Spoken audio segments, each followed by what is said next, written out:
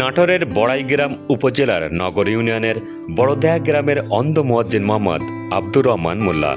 শতবর্ষী এই অন্ধ মুয়াজ্জিন প্রায় ২০ বছর আগে এক দুর্ঘটনায় দুই চোখের দৃষ্টি হারিয়ে ফেলেন। চোখের দৃষ্টিশক্তি না থাকলেও মনের শক্তিতে এখনও মসজিদে গিয়ে ৫ ওয়াক্ত নামাজ আদায়ের পাশাপাশি মুয়াজ্জিনের দায়িত্ব পালন করছেন।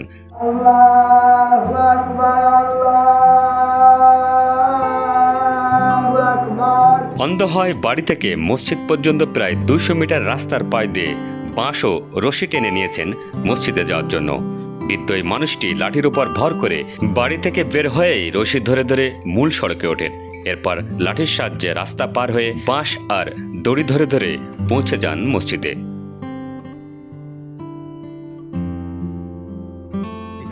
নিজস্ব টাকা দিয়ে নিজস্ব ভাবে মসজিদ করে দিয়েছে। আমার আব্বা এই মসজিদে নিজেই আজান দেয় আর নিজেই নামাজ কালাম করে। অন্ধ হয়ে যাওয়ার পর বড় ছেলেকে সঙ্গে নিয়ে ২০১১ সালে পবিত্র হজ পালন করেন। এরপর গ্রামে নিজের ৫% জমির উপর তৈরি করেন একটি পাকা মসজিদ। সেই মসজিদে গ্রামের মানুষ ও পরিবারের সদস্যদের নিয়ে নিজের স্থাপনা করা মসজিদে নামাজ আদায় শুরু করেন আব্দুর রহমান। মসজিদের মুয়াজ্জিন ও ইমাম হিসেবে তিনি বিনা পারিশ্রমিকে দায়িত্ব পালন করছেন।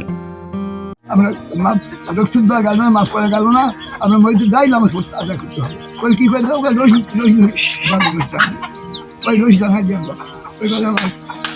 খেয়াল রাখি।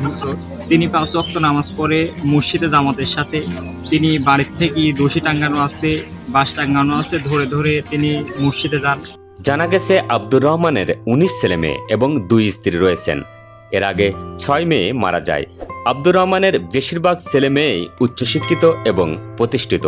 তার ছেলে মেয়েদের মধ্যে শিক্ষক, কৃষি কর্মকর্তা, চিকিৎসক, বিজিবি সদস্য, ব্যবসায়ী, কেউ বা আবার নিজেদের জমিজমা দেখাশোনা করেন। আব্দুর রহমান মুসলমানদের জন্য অনুপ্রেরণা। আল্লাহর ফরজ বিধান প্রতিপালনে শতবর্ষে বৃদ্ধের চেষ্টা অন্যদের জন্য অনুকরণীয়।